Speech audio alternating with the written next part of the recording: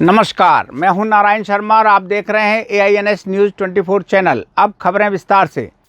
छत्तीसगढ़ में कांग्रेस पार्टी लगातार एक के बाद एक चुनावी घोषणाएं करती जा रही हैं। आज सांसद राहुल गांधी ने घोषणा की कि अगर छत्तीसगढ़ में उनकी सरकार बनती है तो सभी को 5 लाख तक का मुफ्त इलाज और गरीबों को 10 लाख तक का मुफ्त इलाज मुहैया कराएगी सरकार। इसके अलावा भूमिहीन मजदूरों को मिलने वाली राशि 7,000 को बढ़ाकर 10,000 किया जाएगा। राहुल गांधी ने रविवार को राजनांदगांव और कवर्धा में चुनावी रैलियों के दौरान ये घोषणाएं की। आज सुबह किसानों से बात हुई, मजदूरों से बात हुई। मजदूरों ने हमें कहा, बघेल जी को, साहू जी को, TS जी को, मुझे कि 7,000 रुपए थोड़ा कम है। मैंने बघेल जी से गाड़ी में बात की और हमने निर्णय ले लिया कि 7,000 नहीं, अब 10,000 रुपए हो जाएगा।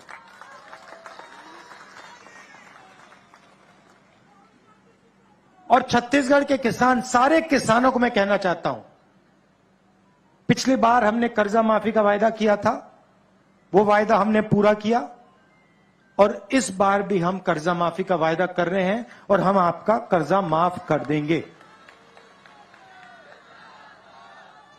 सुबह हमने पूछा, किसानों से पूछा,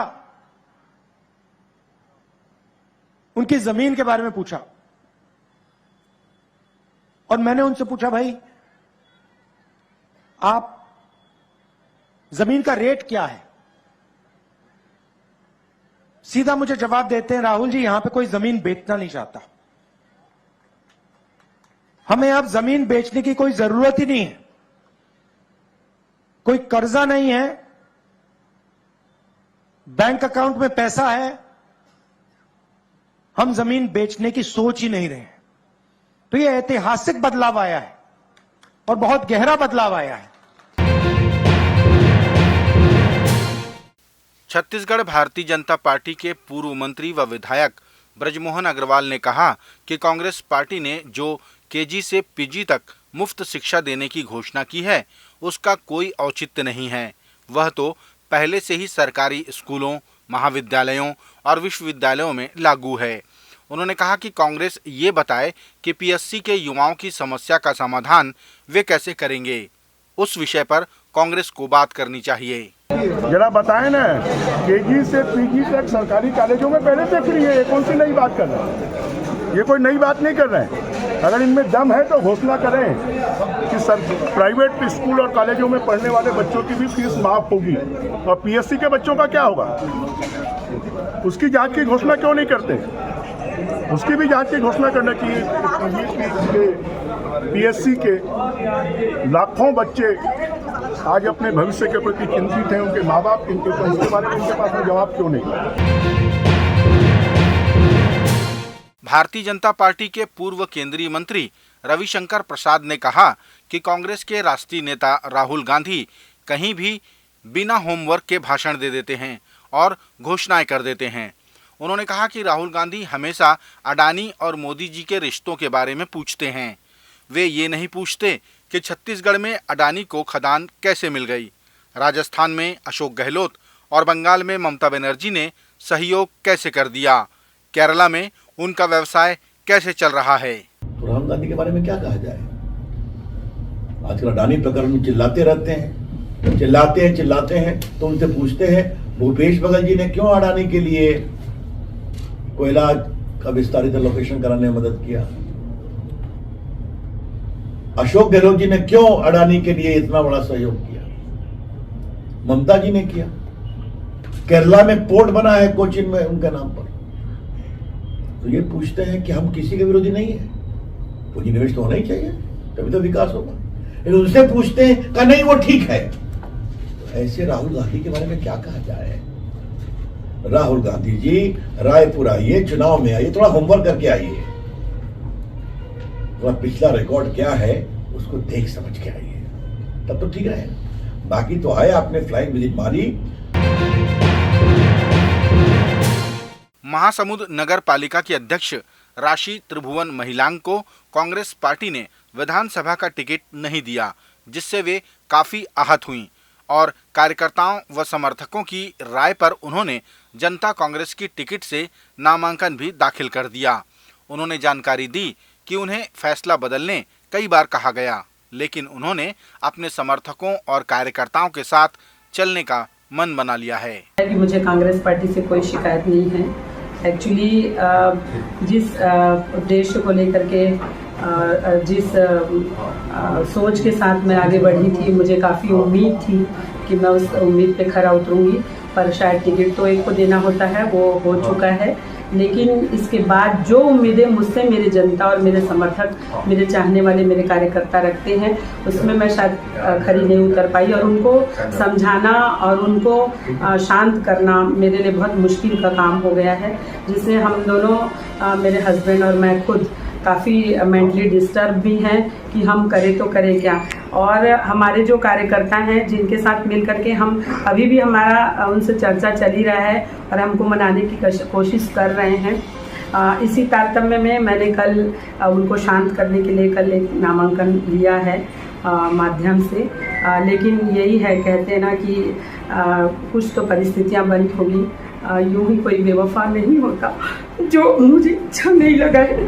फिर भी मैं अपने कार्यकर्ताओं को समझाने की कोशिश करूंगी और मेरी यही इच्छा है, मेरी यही सोच है कि जो आज मैं हूँ, जिस काबिल मैं हूँ, अपनी जनता की बदौलत हूँ और मैं अपनी जनता को हमेशा उनके साथ हूँ, कदम से कदम मिलाकर चलूंगी और अगर ऐसी कोई परिस्थिति बनती है तो मैं बिल्कुल उनके साथ आगे आऊंगी।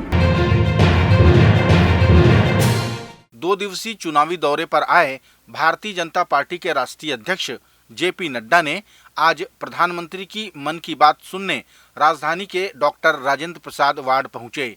यहां उन्होंने मन की बात को सुना और कार्यकर्ताओं को मोटिवेट भी किया।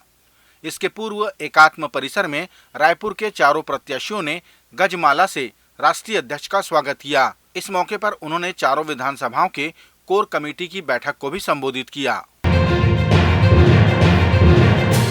भारतीय जनता पार्टी के राष्ट्रीय अध्यक्ष जेपी नड्डा ने छत्तीसगढ़ में अपनी पहली चुनावी सभा डोंगरगढ़ विधानसभा के ठेलकाडीह गांव से प्रारंभ की। यहां उन्होंने प्रत्याशी विनोद खांडेकर के पक्ष में प्रचार किया। नड्डा ने यहां विशाल जनसभा को संबोधित करते हुए कहा कि कांग्रेस के प्रधानमंत्री और मुख्यमंत्री मिट्टी के माधव ही रहे। उन्होंने कभी भी छत्तीसगढ़ की चिंता नहीं की। छत्तीसगढ़ को पहचान दिलाने का काम अटल बिहारी वाजपेयी जी ने किया। देखिए, आपके यहां से कितने कांग्रेस के मुख्यमंत्री हो गए, कितनी लंबी श्रृंखला है, कितने लोगों ने राज किया। अर्जुन सिंह ले लो नाम, वोरा जी का नाम ले लो, श्यामाचरण शुक्ल जी का नाम ले लो, सब लोगों ने राज किया, लंबे समय तक गुजारा। देश में प्रधानमंत्रियों की भी श्रृंखला लगी, लेकिन छत्तीसगढ़ को छत्तीसगढ़ का नाम भारत रत्न अटल बिहारी वाजपेयी ने दिया। बोलिए, मैं सही बोल रहा हूं कि नहीं बोल रहा हूं? सही बोल रहा हूं कि नहीं बोल रहा हूं? ये मिट्टी के माधव रहे। इन्होंने राज जरूर किया, लेकिन छत्तीसगढ़ की चिंता नहीं की। अगर छत्तीसगढ़ की चिंता की तो भारत रत्न अटल बिहारी वाजपेयी ने छत्तीसगढ़ बना के दिया। अब कांग्रेसी नेता आजकल बोलते सबले बढ़िया, अब आगे आगे खड़े हो जाते हैं। जब बनाने की बारी थी तो कहां रह गए थे? गुंडरदेही के पूर्व विधायक आर.के. राय ने दूसरी बार जनता कांग्रेस ज्वाइन की और उन्हें पार्टी ने पुनः गुंडरदेही से टिकट देकर मैदान में उतार दिया। आर.के. राय ने कहा कि उन्होंने जनता कांग्रेस से भाजपा में जाने की गलती की थी। भाजपा में उन्हें सम्मान नहीं मिला, बल्कि वे उपेक्षा के शिकार होते रहे। इसीलिए उन्होंने जनता कांग्रेस पुनः ज्वाइन की और उनका सम्मान करते हुए पार्टी ने उन्हें उम्मीदवार भी बनाया। लगातार जो देख रहे थे भारतीय जनता पार्टी में करीबन 1 साल 6 साल तो प्रशिक्षण करवा दिया, फिर उसके बाद ज्वाइनिंग कर 1.5 साल करके एक जो सम्मान मिलना चाहिए वो सम्मान पार्टी में नहीं है। वहाँ अपेक्षित उपेक्षित 2 चीज़ सिस्टम चलता, अपेक्षित बाकी उपेक्षित बाहर जाओ बोलते थे, दिक्कत वो है वहाँ पर। तो वो मतलब मुझे बड़ा, हम तो उस परिस्थिति में उसमें जिए हैं सम्मान से, चाहे नौकरी में कहो चाहे राजनीति में कहो, वो सम्मान बीजेपी में नहीं है। उतने लोगों से बात करेंगे, बाकी से अवॉइड खत्म काम। तो ये सब मुझे पसंद नहीं। शुरू से मैं जब से गया था मुझे यही मैं फील कर रहा था, इसलिए मुझे फिर जिनको मैं गुरु माना उनका साथ नहीं लो मुझे। अब गुरु पता कर लो कौन गुरु है। तो मुझे इस बात का दुख भी है, और इसने मिला भारतीय जनता पार्टी जिला से अच्छा मिला, वहाँ मिला। लेकिन जो बाहर के जो आए हैं, चाहे वो माथुर जी हों, चाहे नवीन नितिन जी हों या जामा, ये सब बाहरी लोग हैं। तो यहाँ की परिस्थिति और संस्कार से ये लोग अनभिज्ञ मान चलिए। और जिस तरह से आवेदन हर पार्टी लोग बुलाते हैं, तो यहाँ इन्होंने सहारा लिया सर्वे का। तो जिनको लेना उनको बोल दिया कि हाँ भाई 10 आदमी भेज देना, तो वहाँ सर्वे के 10 आदमी खो गया, उनका लिस्ट में नाम आ गया। तो ये system total Bharatiya Janata party का, इसमें फेल रहेंगे लोग, आगे देखिएगा। ये थे आज के प्रमुख समाचार। आप देख रहे थे हमारा लोकप्रिय यूट्यूब चैनल AINS न्यूज़ 24। अब हमें इजाज़त दीजिए। कल तक रोजाना की ताज़ा खबरों के लिए आप देखते रहिए हमारे लोकप्रिय यूट्यूब चैनल AINS न्यूज़ 24 को। हमारे यूट्यूब चैनल को लाइक और सब्सक्राइब करना ना भूलें। नमस्कार।